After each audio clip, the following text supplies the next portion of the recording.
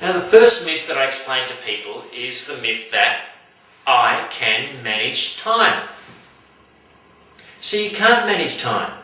Time just is. It's the same for everybody, from the oldest person in the world to the youngest baby, from the richest person in the world to, unfortunately, the people who are starving in some unfortunate parts of the world. Time is the same. Sometimes our perception of time changes depending on our circumstances, but time is not something that can be managed. And it's a really important point to start with, because a lot of the courses, a lot of the books that we read, a lot of the tips that we get creates a sense that time is something that's out there that should be managed.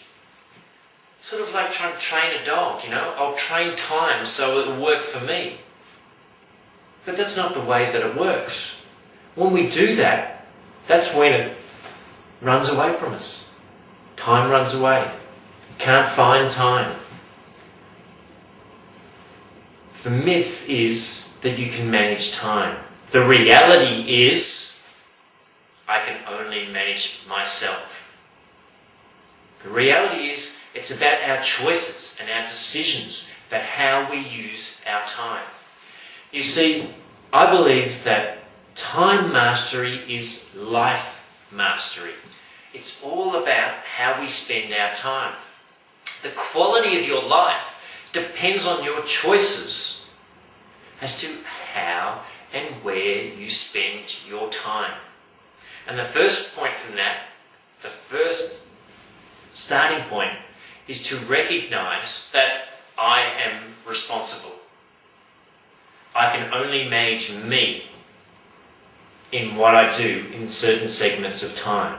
Whether that be a day at work, whether it be the next hour, whether it be the next month, or the next 50 years of my life.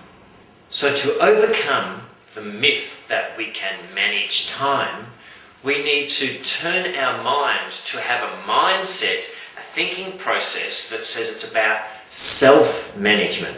It's about our decisions and our choices, and that's what will give us the quality of life and the balance that we are looking for. It's about recognizing that time is our most precious resource, but time is something that's limited, and it's available just in our blocks of 24 hours a day. So we have to use it in the most effective way. And the way that works is it's about managing ourselves and what we do. Today there is so much information that we have coming at us every day. There are so many distractions and so many interruptions that what we need to do is make sure that we manage ourselves through all of those interruptions and distractions so that we can make sure that we focus on the things that are most important. So I'd like to give you a few tips on how you might be able to do that. Now, what I want you to do is think about like a bird. Think of an eagle soaring.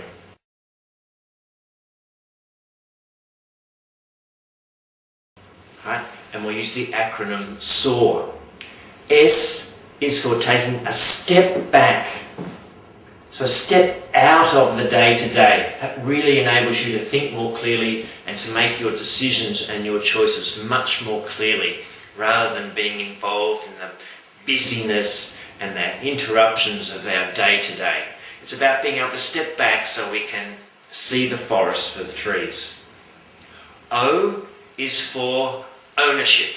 That's what we've just been talking about in terms of self-management. It's about taking responsibility for how we use our time and recognizing that how we use our time builds into what our life looks like. A is for assessing what is working. It's reviewing and making an assessment about how we're going, what is working for us, how are we using our time, is our life in balance, are we living the life that we want to be able to live, how close is it to our ideal and perfect life, and if there are things that aren't working so well, What are we going to do about that? And that's where the R comes in. R is for refine. So it's about refining and making changes to our behaviour and our decisions and our choices so that we spend our time in a way that lives our values and that creates the quality of life that we want, that moves us towards our goals and gets the life that you want to live. So remember, soar. Soar like a bird. Step back, take ownership, assess what's working, and then refine and change things so they improve for you. Michael Irwin signing off of part 1 for my 3 time management myths and the great story about Robert. Look out for part 2 where we continue with the myths and also the story of how Rob gets on with the next instalment.